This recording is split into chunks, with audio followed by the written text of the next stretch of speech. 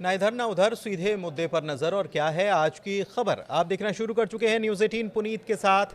बंगाल जल रहा है। मुर्शिदाबाद से लगातार खबरें आ रही हैं, कई वीडियोस सामने आ रहे हैं, तमाम चर्चाएं हो रही हैं कि किसका हाथ है।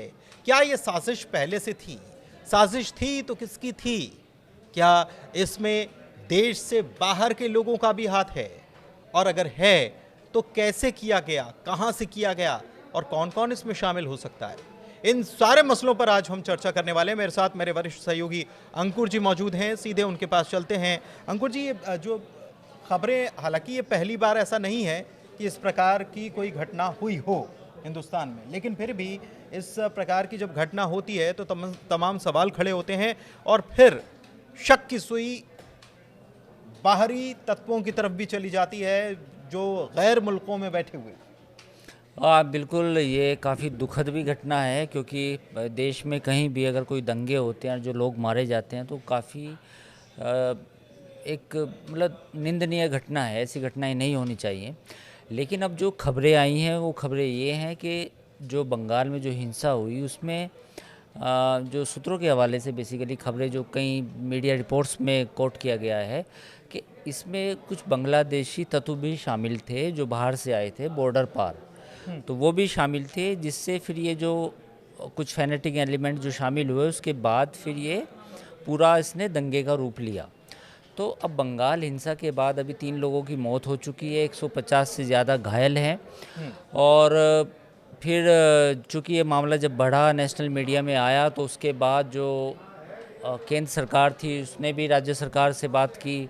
तो राज्य सरकार को भी कोलकाता हाई कोर्ट से, कलकत्ता हाई कोर्ट से दिशा निर्देश मिले। तो अब जो बीएसएफ है और सीआरपीएफ और जो बाकी आरएएफ, तो ये तमाम जितनी भी सुरक्षा बल हैं, इनकी करीब 17 कंपनियां तैनात की गई हैं उन इलाकों में। और लेटेस्ट अपडेट ये भी है कि मुर्शिदाबाद के बाद 24 परगना में भी कुछ हिंसा की खबरें हैं, जो कुछ छिटपुट वैसी हिंसा की हुई है। तो कुल मिला के स्थिति तनावपूर्ण है, लेकिन अभी नियंत्रण में है। नियंत्रण में इस लिहाज से मैं कह रहा हूँ कि कोई फर्दर जो नंबर्स हैं वो इंक्रीज़ नहीं हुए हैं। अभी केवल 3 लोगों के मौत की खबर है और 150 से ज़्यादा लोग घायल हैं। लेकिन ये भी दुखद बात है कि कुछ लोगों को पलायन भी करना पड़ा, जैसा कि होता ही है कि जब इस तरह की आप समाज में इस तरह की घटना होती है तो उसके बाद कोई ना कोई वर्ग सुरक्षा हर कोई चाहता है और सुरक्षित हो, तो उसमें पलायन भी हुआ है, जो एक बड़ा मुद्दा बीजेपी बनाने की कोशिश करेगी। आरोप प्रत्यारोप का दौर भी है। टीएमसी का आरोप है कि बीजेपी ने का हाथ है भड़काने में। दूसरा बीजेपी का ये आरोप है कि जो तुष्टीकरण की नीति है ममता बनर्जी की, कहीं ना कहीं वो इसका जिम्मेदार, कहीं ना इसकी जिम्मेदारी बीजेपी का आरोप। इसमें बाहरी तत्वों के हाथ की जब बात आ जाती है तो क्या ये इस तरीके से है कि इसकी प्लानिंग वहां से बांग्लादेश में बैठकर की गई, या फिर जो बांग्लादेश से वहां से निकल करके हिंदुस्तान में आ जाते हैं बड़ी संख्या में और दाखिल तो वहीं से होते हैं बंगाल से ही, तो क्या वो लोग हैं इसलिए ये बात कही जा रही है? इसको हम कैसे देखें?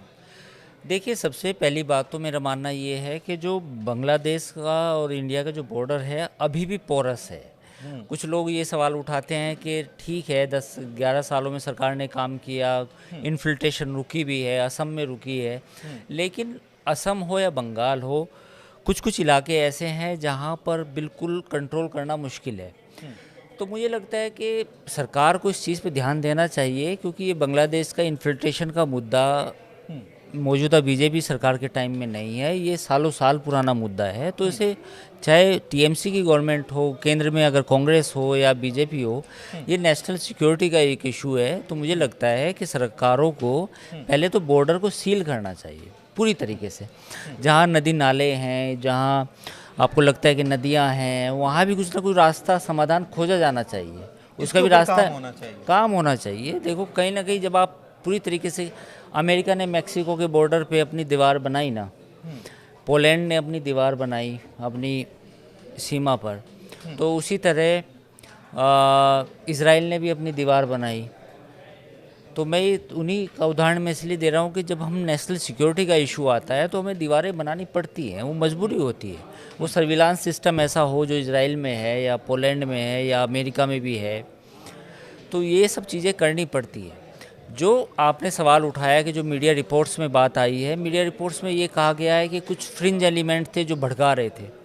देखिए, ये बात में हो सकता है, इसमें कोई सच्चाई हो सकती है इस खबर में, हालांकि इसकी तस्दीक तो अभी उस तरह से नहीं हो पाई, लेकिन बाहर से लोग आएंगे, जब आपका बॉर्डर खुला होगा तो बाहर से लोग आएंगे, वो आपके देश में या राज्य में आके कुछ भी किसी तरह का भी धार्मिक उन्माद फैला सकते हैं।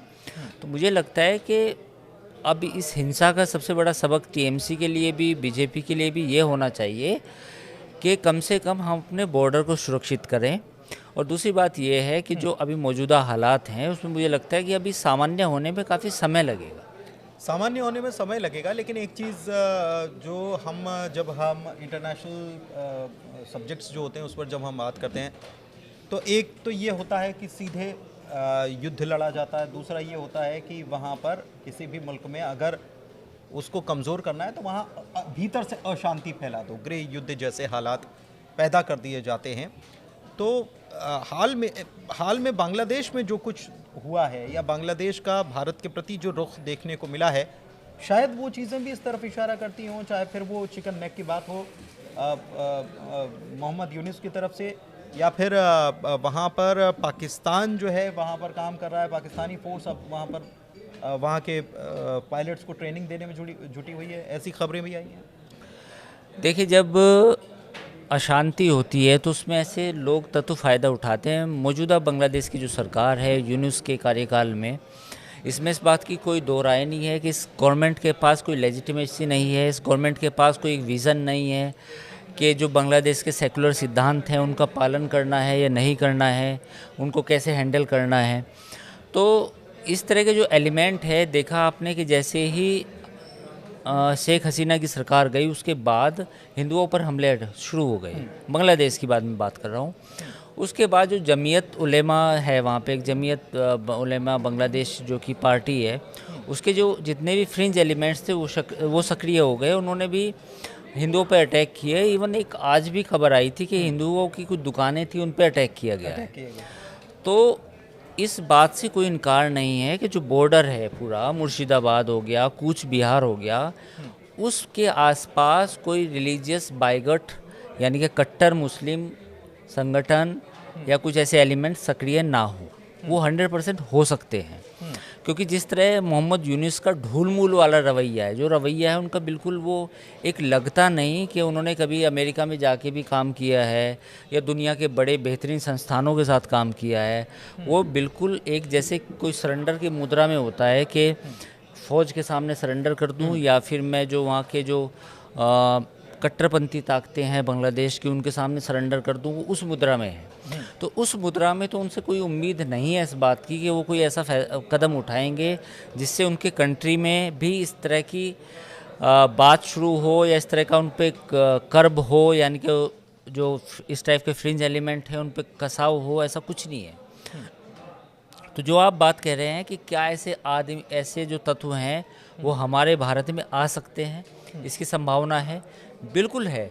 क्योंकि जब सरकार की इस तरह से लेजिटिमेसी नहीं होती, इकबाल नहीं होता किसी भी सरकार का, तो फिर जो कट्टरपंथी ताकतें होती हैं वो फ़ायदा उठाती हैं। तो जाहिर है कि इसका फ़ायदा भी कट्टरपंथी जो बांग्लादेश की ताकतें हैं वो उठा रही हैं।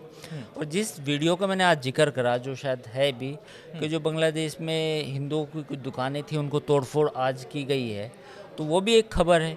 तो अपने आप में इस बात को हमें मानना पड़ेगा कि बांग्लादेश में कहीं ना कहीं जो उथल पुथल है उससे हमारा बॉर्डर जो है असुरक्षित हो गया है, और वहाँ पे उसका असर है बॉर्डर पर।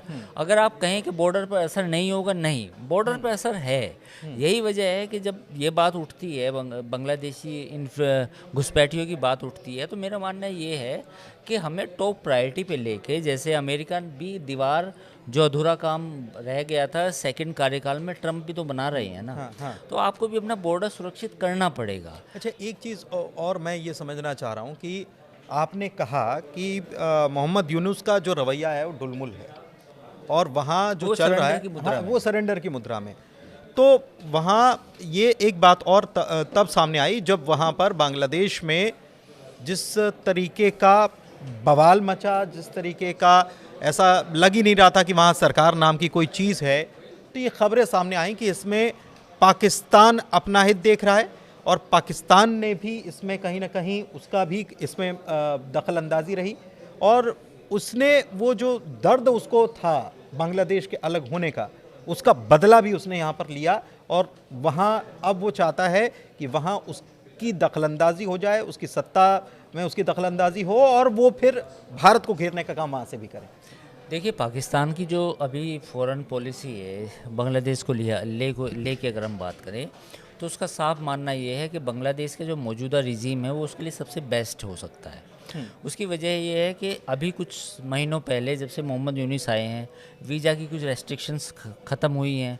अब पाकिस्तान के लोग आराम से इधर आ सकते हैं, बांग्लादेश और बांग्लादेश के लोग पाकिस्तान जा सकते हैं। एक तो वो शुरू हुआ है। दूसरा, ISI हमेशा एक मौका देखना चाहती है। जब अफ़गानिस्तान में तालिबान आए तभी उसे एक मौका नज़र आया, हालांकि वो पूरा खेल उल्टा पड़ गया। अब उसे लगता है कि बांग्लादेश में एक मौका है, बांग्लादेश में जो वहाँ की सरकार है उसका इन्फ्लुएंस किया जाए। बांग्लादेश की जो कट्टरपंथी संगठन है जमात इस्लामी उसको कहीं ना कहीं अपने ग्रिप में लिया जाए। तो ये तमाम टैक्टिक्स जो हैं पाकिस्तान की हमेशा से रही हैं। तो इस बात का, जैसे नेपाल में के जो भी कुछ बॉर्डर इलाके थे जहाँ पे कुछ मीडिया रिपोर्ट्स आई थी कि वहाँ पे जो ISI सक्रिय होने की कोशिश कर रही थी, तो ISI को लगता है कि जहाँ भी मुस्लिम मेजॉरिटी में हैं, कुछ कट्टरपंथी हैं, कोई वहाँ अपना बेस बनाए और फिर जो उसका टारगेट है हमेशा इंडिया, तो इंडिया के खिलाफ कहीं ना कुछ साजिश रचे। तो ये तो उसकी मोडस ऑपरेंडी है, इसमें कोई नई बात नहीं है, वो हमेशा ऐसा करेगी। तो ये क्या अतिशयोक्ति वाली बात हो जाएगी कि वो पाकिस्तान और बांग्लादेश ने मिलकर ये इस प्रकार का जो बंगाल में घटनाक्रम हो रहा है, उन दोनों का हाथ इसमें है? क्या ये अतिशयोक्ति है? लेकिन मैं ये तो अभी मैं कह नहीं सकता क्योंकि मेरे पास अभी कोई इस तरह की कुछ डेटा नहीं है। बट इस बात को इनकार भी नहीं किया जा सकता कि पाकिस्तान के कुछ ऐसे एलिमेंट ISI वगैरह वो बांग्लादेश के जो कट्टरपंथी संगठन है उनके संपर्क में नहीं होंगे। ऑब्वियसली होंगे, क्योंकि हिंदुओं पे जो बांग्लादेश के अटैक हुआ है वो अपने आप में आप देख सकते हैं कि वो भी जिस तरह से टारगेट किया गया है वो कहीं ना कहीं ISI कुछ कट्टरपंथी बांग्लादेश के संगठन वो उसमें इन्वॉल्व होंगे। तो इस बात से इनकार बिल्कुल नहीं किया जा सकता कि ऐसा नहीं हो रहा होगा। रही बात बॉर्डर की, बिल्कुल अगर ISI को हमेशा मौका नज़र आता है कि चाहे वो नेपाल का बॉर्डर हो, बांग्लादेश का बॉर्डर हो, अगर वहाँ उसे कुछ एडवांटेज मिले, कुछ ऐसे कट्टरपंथी लोग मिलें जो उसके काम को आसान कर दे, कुछ इन्फिल्ट्रेशन कर दे या कुछ लोगों को ISI भड़का दे, तो ऑब्वियसली इसमें तो मतलब वो तो करेगी ये काम, वो करेंगे ये काम। तो कुल मिलाकर जो हालात जो हैं वो भी अभी कह सकते हैं कंट्रोल में हैं, लेकिन उतने कंट्रोल में हैं भी नहीं और उसके ऊपर सख्ती होना चाहिए। लोगों को इस बात के लिए मुतमईन होना चाहिए कि वो सुरक्षित हैं, चाहे वो किसी भी धर्म जात पात के लोग क्यों ना हों। फिलहाल इस चर्चा को यहीं विराम देते हैं। उम्मीद है आप समझे होंगे कि कैसे जो बॉर्डर है वहाँ से कैसे दूसरे मुल्क में स्थिति बिगाड़ी जा सकती है या बिगाड़ने की कोशिश होती है। ये आज नहीं, कई सालों से हम देखते आए हैं। फिलहाल वीडियो में इतना ही। कैसा लगा वीडियो, चर्चा कैसी लगी, कमेंट करके ज़रूर बताइए। हमारे चैनल को लाइक कीजिए, सब्सक्राइब कीजिए। बहुत धन्यवाद।